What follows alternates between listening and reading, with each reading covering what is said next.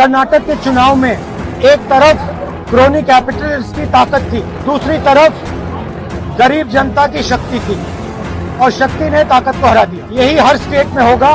हम गरीबों के मुद्दों पर लड़े, हमने मोहब्बत से, प्यार से, दिल खोल के ये लड़ाई लड़ी और कर्नाटक की जनता ने हमें दिखाया मोहब्बत इस देश को अच्छी लगती है।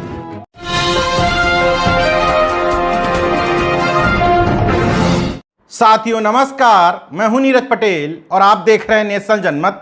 कर्नाटक विधानसभा चुनाव के परिणामों ने भारतीय जनता पार्टी के लिए दक्षिण के द्वार पर नो एंट्री का बोर्ड लगा दिया है। 2024 की तैयारियों में जुटी भारतीय जनता पार्टी के लिए कर्नाटक के परिणाम किसी सदमे से कम नहीं है। यह मैं अतिशयोक्ति में नहीं कह रहा हूं। दरअसल कर्नाटक को दक्षिण भारत का प्रवेश द्वार कहा जाता है और इसी प्रवेश द्वार के सहारे भारतीय जनता पार्टी दक्षिण भारत के 5 राज्यों कर्नाटक, केरल, आंध्र प्रदेश, तमिलनाडु और तेलंगाना में अपना अस्तित्व तलाश रही थी।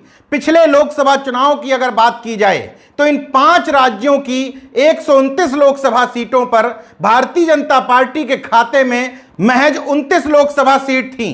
भारतीय जनता पार्टी चाहती थी कि कर्नाटक में अपनी विजय को दोहरा करके कर्नाटक के सहारे दक्षिण भारत के अन्य राज्यों में घुसा जाए। इसलिए गोदी मीडिया की तरह गोदी फिल्म से उसने एक फिल्म बनवाई। जैसे कश्मीर फाइल्स बनवाई गई थी, वैसे ही एक फिल्म तैयार करवाई गई, केरला स्टोरी। और कर्नाटक के चुनाव में धर्म और सांप्रदायिकता का घोल तैयार करने की कोशिश की गई। बजरंगबली को चुनाव में लाया गया। बीजेपी के स्टार प्रचारक प्रधानमंत्री नरेंद्र मोदी खुद बजरंगबली की जय जयकार करते हुए बजरंगबली के नाम पर वोट मांगते हुए दिखाई दिए। बोलिए बजरंगबली की, बजरंगबली की। हालांकि कर्नाटक की जनता ने स्पष्ट कर दिया कि तुम्हारे इस एजेंडे पर फंसने वाले नहीं हैं और कांग्रेस ने जो बजरंग दल को बैन करने की बात कही थी उस पर मोहर लगाते हुए कह दिया कि वो भी मानते हैं कि बजरंग दल एक नफरतवादी संगठन है। बहरहाल कर्नाटक की जनता ने धर्म के नाम पर की जा रही इस राजनीति को सिरे से खारिज कर दिया।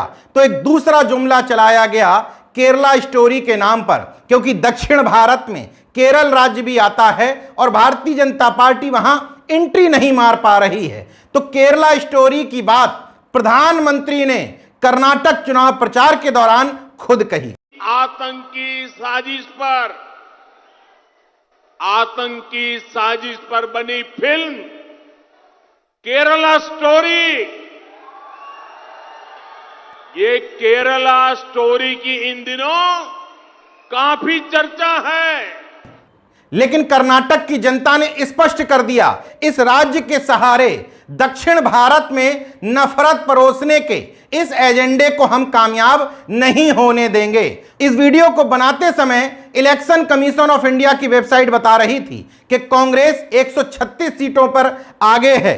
भारतीय जनता पार्टी महज 64 सीटों पर सिमट गई है। हिमाचल प्रदेश के बाद कर्नाटक में मिली इस प्रचंड जीत के बाद उत्साहित राहुल गांधी ने जहां अपनी भारत जोड़ो यात्रा का जिक्र किया, वहीं स्पष्ट तौर पर कहा कि इस देश की जनता अभी भी मोहब्बत चाहती है और नफरतवादियों को दूर करना चाहती है। इस चुनाव के परिणामों ने स्पष्ट कर दिया कि देश के लोग मोहब्बत से आपस में जीना चाहते हैं।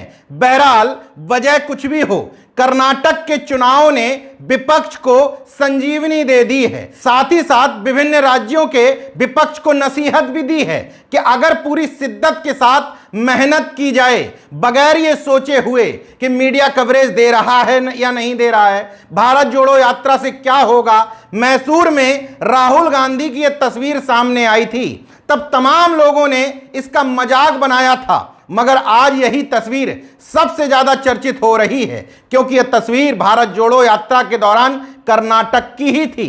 किस तस्वीर का, किस मूवमेंट का क्या असर हो जाए, ये सोचे बगैर अगर आप लगातार मेहनत करते रहते हैं, ईवीएम के शोर में अपने नकारेपन को दबाने की कोशिश नहीं करते हैं और साथ ही साथ मुद्दों को सही ढंग से प्रेजेंट करते हैं। जरा सोचिए, अगर बजरंग दल को बैन करने की बात ना होती तो कांग्रेस का घोषणा पत्र कितने लोग पढ़ते। लेकिन इस एक मुद्दे ने कांग्रेस के घोषणा पत्र को चर्चा में लाया।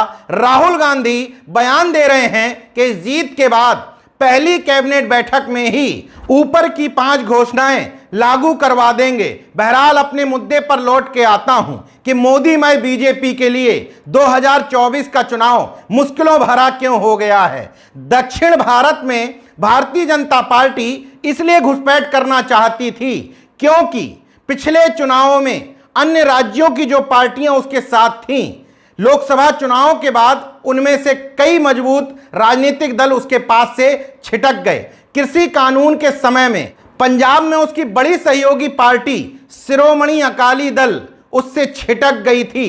पंजाब भी उसके हाथ से विधानसभा में छिटक गया।